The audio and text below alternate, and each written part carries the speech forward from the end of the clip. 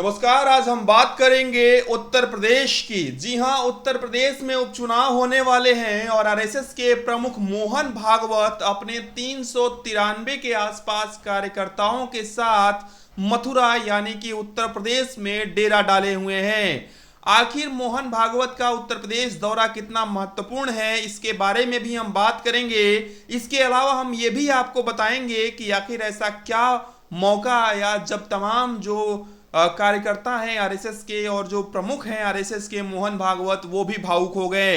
इसके साथ ही इस बैठक के क्या कुछ मायने हैं और आरएसएस की ओर से आधिकारिक रूप से क्या कुछ जानकारी दी गई है, इन सभी विषयों पर हम बातचीत करेंगे। नमस्कार, भारत 19 देख रहे हैं आप। और सबसे पहले हम बात करते हैं आरएसएस की ओर से जो आधिकारिक रूप से बयान जारी किया गया है कि इस बैठक के क्या कुछ मायने हैं। आरएसएस के का कहना है कि 2 दिवसीय बैठक का शुभारंभ हो गया है और इसमें तमाम जो पदाधिकारी हैं, जो तमाम जो कार्यकर्ता हैं आरएसएस के, उनकी मौजूदगी है। इस बैठक का जो समापन है वो भी 2 दिन के बाद होगा। इसके अलावा इस बैठक में विजयादशमी के पावन पर्व पर जिस तरीके से आरएसएस प्रमुख ने तमाम विचार रखे थे, उन्होंने उद्बोधन किया था, उसके लिए तमाम योजनाएं जो हैं वो वर्तमान में किस तरीके से देश में चल रही हैं, क्या विषय है, उसको लेकर व्यापक जो है वो चर्चा इस बैठक में की जाएगी।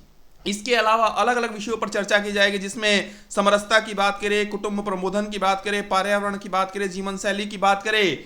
अब तो ये हो गई कि आधिकारिक रूप से जो आरएसएस का बयान आया। अब आपको बताते हैं कि उत्तर प्रदेश में आरएसएस की यह बैठक महत्वपूर्ण क्यों है। उत्तर प्रदेश में 9 सीटों पर उपचुनाव होने वाले हैं और हाल ही में उत्तर प्रदेश के मुख्यमंत्री योगी आदित्यनाथ ने आरएसएस प्रमुख मोहन भागवत से मुलाकात की है और इस मुलाकात के कई मायने बताए जा रहे हैं। इसके साथ ही आप जानिए कि यह मौका कब था जब तमाम जो आरएसएस के कार्यकर्ता हैं या आरएसएस प्रमुख हैं वो भावुक हो गए।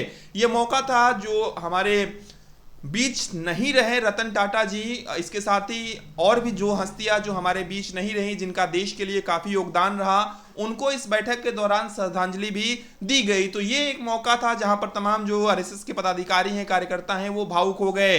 इसके साथ ही हम आपको बताते हैं कि जब मोहन भागवत वहां पर पहुंचे इस बैठक में, और कहीं ना कहीं आरएसएस की ये कोशिश होगी कि किस तरीके से आरएसएस को पहले से ज्यादा मजबूत किया जा सके, आरएसएस में और भी लोगों को जोड़ा जा सके। देश हित की बात हमेशा से आरएसएस करता आया है, इसका विस्तार किस तरीके से किया जा सके। हालांकि एक बात तो स्पष्ट है कि कई लोगों का मानना है कि आरएसएस का जो प्रभाव है वो चुनावों पर काफी पड़ता है। आपने पिछली बार देखा कि अनमन की थोड़ी बहुत खबरें आई, हालांकि इसका खंडन हुआ, लेकिन लोकसभा में नुकसान जब हुआ तो लोगों ने कहा कि आरएसएस ने शायद हाथ पीछे खींच लिया था। और जब हरियाणा में जब चुनाव हुए और आपने देखा कि प्रचंड जीत हुई, तो आप देखिए कि आरएसएस के साथ जो समन्वय बना था ना बीच में, वो बेहतर हो गया था। तो तमाम दावे जो हैं वो सोशल मीडिया पर किए जाते रहे हैं। हालांकि बीजेपी की बात करें, आरएसएस की बात करें, हमेशा से कहा गया है कि ऐसा कोई अनबन नहीं था। खैर, अब बात करते हैं कि इस बैठक के क्या कुछ मायने हैं। अगर ये बैठक निश्चित रूप से आरएसएस को के लिए है, आरएसएस की है, लेकिन अगर इस बैठक में चुनावी चर्चा की जाती है, हालांकि ये बहुत ही कम ही होता है क्योंकि आरएसएस संगठन है, लेकिन विचारधारा जो है वो बीजेपी से मिलती जुलती रही है, तो निश्चित रूप से आप समझिए कि भारतीय जनता पार्टी के लिए काफी राह आसान हो जाएगी, क्योंकि सीएम योगी ने भी तो हाल ही में आरएसएस प्रमुख से मुलाकात की है। तो आप लोग अपनी राय हमें कमेंट कर जरूर बताइएगा कि आप लोग क्या सोचते हैं। हमारे इस यूट्यूब चैनल को सब्सक्राइब कर लीजिए, क्योंकि सनातन धर्म से जुड़ी हुई हर उस जानकारी को हम आप तक सबसे पहले पहुंचाते रहेंगे। सनातन धर्म का ये चैनल, सनातन धर्म की बात करने वाला ये चैनल है, आप लोग जरूर सब्सक्राइब करिएगा। इस वीडियो को लाइक करिए, इस वीडियो को शेयर करिए। फेसबुक पर देख रहे हैं तो हमें फॉलो कर लीजिए। धन्यवाद।